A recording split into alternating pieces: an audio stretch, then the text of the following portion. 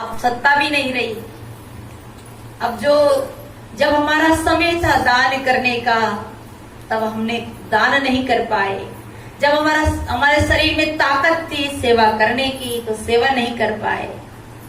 अब तो खटिया पे बैठे बैठे देखते रहो। इससे जो भी करना है जवानी में करो, पर जवानी में जोश रहता है, होश नहीं रहता है। और जब होश आता है तो जोश खत्म हो जाता है, बड़ी उल्टी गंगा बहती है। इसे साहब कहते हैं कि राम नाम बिन, राम नाम बिन, राम नाम भज चेत देख मन माई हो। राम का मतलब बोल, राम नाम बिन मिथ्या जन्म गमायो, धोखे में जन्म गया।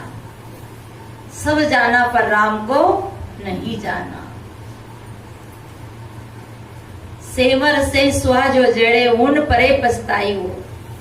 सेमल के पेड़ पर सुग्गा बैठता है, पक्षी बैठते हैं, और सेमल में हरे हरे फल आते हैं। सुग्गा समझता है ये फल पकेगा, मीठा मीठा फल पकेगा, खाएंगे तो सुखी हो जाएंगे। सुग्गा उस फल की आशा में कई दिन बिताता है। जब फल पकता है और जब वो चोंच मारता है तो उसमें से रुई निकलती है, तो सुग्गा सिर पकड़ करके रोता है। एक भजन में भी कहा है ना, भजन बिना बावरे तूने हीरा जन्म गमायो। ये संसार फूल सिमर को सूना देख लुभायो, मारी चोच रुआ जब निकली सिर धुन धुन। ऐसी आशा हमने भी लगाई कि बस थोड़ा बड़ा हो जाऊं फिर तो सुखी सुख। अब बड़ा हो गया, अब फिर थोड़ा पढ़ाई कर लूं फिर सुखी सुख। अब पढ़ाई कर ली, अब बस नौकरी और लग जाए, सर्विस और लग जाए, फिर सुखी सुख। सुख की आशा में आदमी सूख जाता है, पर सुख प्राप्त नहीं होता है। फिर पढ़ाई हो गई, नौकरी भी लग गई कि बस अब शादी और कर लूं, बस फिर सुखी सुख। अब शादी करके बस अब बच्चे और हो जाए फिर सुखी सुख। घर और बना लूं फिर सुखी सुख, पर बच्चे के बच्चे और हो जाए बस फिर सुखी सुख। ऐसे ही करते करते राम नाम सुख हो जाता है। आशा से बंधे हुए जीवन बीत जाता है। और जब बउए बेटा कहते हैं कि चुपचाप रहना, ये माताएं जो है ना, घर में बहू आती है ना, तो बहू की आशा में, बेटे नहीं है तो बेटे की आशा में देवी देवता धोखती है, पत्थर की मूर्तियों को धोखती है। और कि कैसे भी हमारे घर एक जड़ भरत तो हो ही जाए। जड़ भरत हो गए, किस आशा में बहू रानी आएगी, गरम गरम फुलकियां खिलाएगी। परंतु बहू आती है ना, तो बहू अंदर सासू बाहर। और फिर बहू क्या कहती है, मेरे अंगने में तुम्हारा पति मेरा, सब कुछ मेरा है, बुढ़िया तेरा कोई काम। हमारे उधर एमपी में ऐसे कई जिले हैं जहाँ सास बहू को गोद में लेके नाचती है। और उस जमाने में नाचती थी जब बहू 10-5 किला की बहू रहती थी ना, जब। अब तो 50-50 किला की बहू रहे, नाचे तो कमर ही तोड़ दे। तो नाचती है, खुशियां मनाती है, पर बहू तो गरम गरम नहीं देती है। वो तो चिमटा, तवा, टंकी, गैस टंकी सब लेकर आई है। पहले चूल्हा बनाना पड़ता था, अलग होने में दिक्कतें थी। और आपने भी अभी से पूरे घर अलग अलग बना दिया, तो वो तो आते ही अलग हो जाती है। और बुढ़िया बुढ़े पका पका करके खाते हैं। इस संसार में सब आशाएं फीकी हो जाती है। साहब कहते हैं, सेमर से सुहा जो जड़े उन परे पछताई हो। हमारी आशा जब पूरी नहीं होती है, पहले माताएं आंगन में नाचती है, और फिर जब घर में खराब बहू आती है नहीं, तो फिर चौराहे पे नाचती है, ऐसी यही रोगा की, ऐसी गालियां देती है। फिर तो देखिए कितनी आशाएं लगाती है, कितनी आशाएं लगाते हैं हमारे भाई लोग। परंतु जब अंतिम में माता पिता को दुख मिलता है, तो माता पिता फूट फूट के रोते हैं। इससे हमारी संसार की सुख की आशा हमें सुखा देती है, पर कभी सुख मिलता नहीं।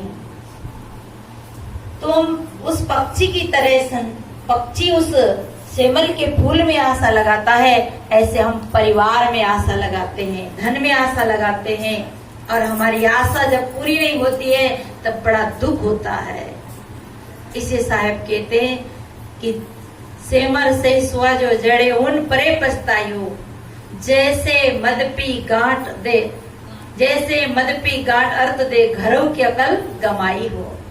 जैसे मदपी यानी मद पीने वाला, शराब पीने वाला, वो क्या करता है, अपने गांठी का धन, अपनी जेब का, अपना बटवे का पैसा निकाल के, पैकेट का पैसा निकाल के खिड़की में हाथ डालता है। आप लोगों ने खिड़की देखी?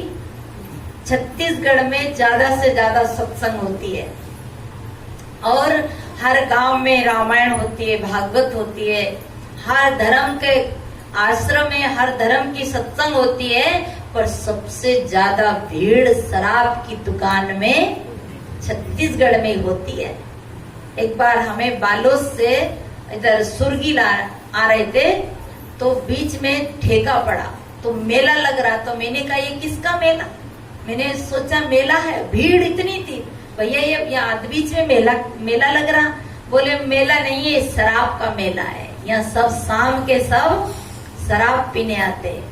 और भाइयों, शराब बहुत खराब है। शराब ने जितना जीवों को बर्बाद किया, जीवन को, उतना किसी ने बर्बाद नहीं किया होगा। आज विधवा का दुख भोगना पड़ता हमारी बहनों को, आज बेटाहीन हो जाती है हमारी माताएं, भाईहीन हो जाती है बहन। किसके कारण? इस अंगूरी की बेटी के कारण, इस शराब की बोतल के कारण। शराब खराब है, जिंदगी में कभी शराब नहीं पीना चाहिए। और शराब हम अपने अर्थ, अपने घर का, अपनी जेब का पैसा दे करके, देखिए कबीर साहब ने, संतों ने कहा है कि कबीर या संसार में बड़ो अपवाद, गोरस पीरे गली गली, मदिरा बिके दुकान। गोरस यानी दूध को गली गली में बेचने जाते हैं, आवाज लगाते हैं, बंदी लगाते, वो घर में देने आता है, परंतु शराब को स्वयं व्यक्ति खरीदने जाता है, और वो आदमी बेटा बेटा लाखों कमाता है, और हम बेवकूफ बनकर वहां जाते हैं। एक ने तो इतनी पी ली कि ज्यादा ही पी ली। आप लोग तो कोई नहीं पीते हैं ना, ईमानदार है यहाँ सब लोग। और इतनी पी के गया, इतनी ज्यादा पी ली कि बस पूछो मत। और बस में चढ़ गया, और बस में चढ़ा तो आगे एक आदमी और बैठा था बस में, वो पीछे बैठा था। आगे वाले के हाथ में भी बोतल थी, अब पीछे वाला ने ज्यादा पी रखी, तो आगे वाला क्या करता, ढक्कन खोलता, मुंह में लगाता, ढक्कन खोलता, मुंह में लगाता। पीछे वाले ने कहा यार यही हम दो दोस्त हैं यहाँ पे, ये कल ही पिए जा रहा, मुझे नहीं दे रहा। और सोचा अब देगा। उसने वो बस ढक्कन खोले, मुंह में लगा ले, ढक्कन खोले मुंह।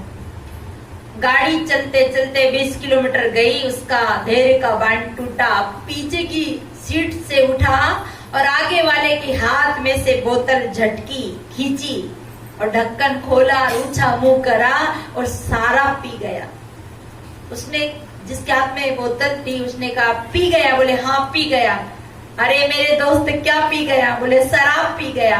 बोले शराब नहीं थी, ये मैं गुटखा खा करके थूक रहा था।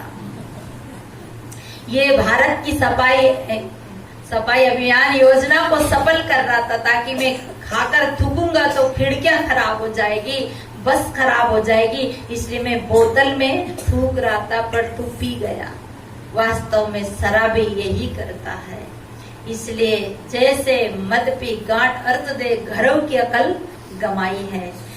एक कोई 10 का नोट, 20 का नोट, 50 का नोट फाड़ करके नाली में फेंक दे तो कोई दुख की बात नहीं, पर उस 50 के नोट 100 के, मुझे तो पता भी नहीं कितने में आती है, मैं तो आइडिया से बोल रही, 50 में आती कि 100 में आती, और उसे हम फाड़ के फेंक दे तो कोई नुकसान नहीं, पर उसी नोट से हम पी लेते हैं, और पीने के बाद जो जैसे शराब अंदर और बुद्धि बाहर हो जाती है। तो साहेब कहते जैसे मद पी गांठ अर्थ दे, घरों की अकल गमाई हो। स्वादे ओद भरे दो कैसे, हो से प्यास न जाई हो। जैसे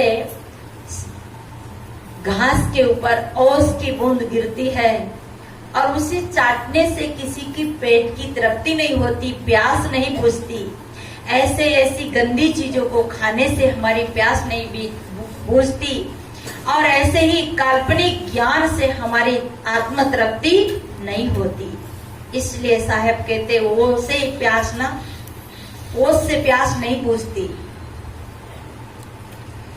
गांटी रतन मरम नहीं जाने, पारक लीना छोरी हो। गांटी में रत्न है, गांटी में धन है, पर हम बाहर ढूंढ रहे हैं। हमारे पास शांति है पर हम शांति को बाहर ढूंढ रहे हैं। हमारे पास परमात्मा है जिसको हम राम कहते हैं, ईश्वर कहते हैं, चेतन कहते हैं, जीव कहते हैं, शिव कहते हैं, वो हमारे पास में है पर उसको हम बाहर ढूंढ रहे हैं। गांटी रतन मरम नहीं जाने, पारक लेना छोरी हो। गांटी में रत्न है पर उस रत्न का मरम हम नहीं जानते, तो कहाँ ढूंढते? मैं जाना हरि दूर है, हरि है हृदय में, अंदर टाटी ब्रह्म की याते सूझत। मैं जाना हरि दूर है, हरि हृदय माय, पर दिखता क्यों नहीं? क्यों नहीं दिखता? क्योंकि अंदर टाटी ब्रह्म की ताते सूजत नाय। बाबा ने भी कहा है, नैन निकट का जन्म से पेदरपण दरसा, जो साधु की संगति बिना हरि छवि ना लखूं। घट में सूझे नहीं नानते